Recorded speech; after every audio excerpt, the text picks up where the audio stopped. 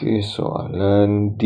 Menunjukkan waktu operasi 3 hingga 9. Bila waktu operasi mungkin dia nak tanya berapa masa dia operasi ni. Tutup hari Selasa, maknanya seminggu tu dia tutup hari Selasa. Jadi maksudnya 6 hari je lah dia bekerja. Dia buka. Okey, soalannya, nyatakan waktu restoran tutup. Okey, tutup pukul 9 malam. Tapi nak sistem 24 jam. Okey, masuk sistem 24 jam, maksudnya nombornya daripada 1 hingga ke 24. Tengah-tengah 12. Tengah-tengah 12 tu 12 apa? 12 setengah hari. Tapi sekarang kita buat dah petang lah. Jadi selepas itu dia akan pukul 12 pukul 1 kan? Tapi dia tak akan cakap pukul 1. Dia akan tulis 12 tambah 1, 13. Gitu dan seterusnya.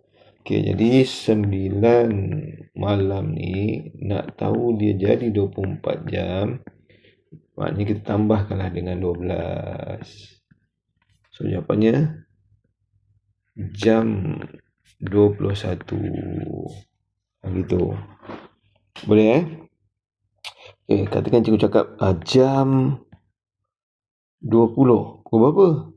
Okey. Tolakkan balik dengan 12. Akan dapat 8. 8 apa? Lebih kerana dia dah lebih dari 12, maknanya dah lebih daripada pagi.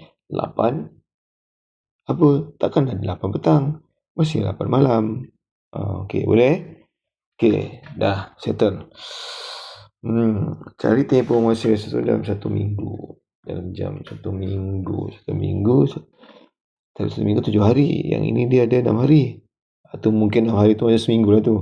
Maknanya nanti kita akan cari 6 minggu. So cari dulu waktu berhari untuk 1 hari. Waktu beroperasi untuk 1 hari.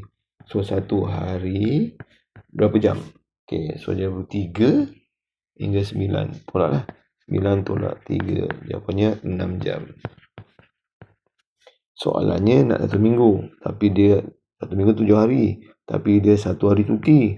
So 6 hari. Berapa? Perkadaran lah. Jadi jawapannya ialah 6 darab 6.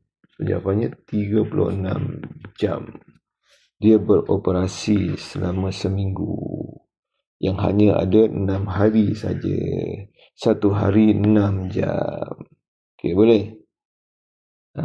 Itu saja. Habis Okey, Alhamdulillah.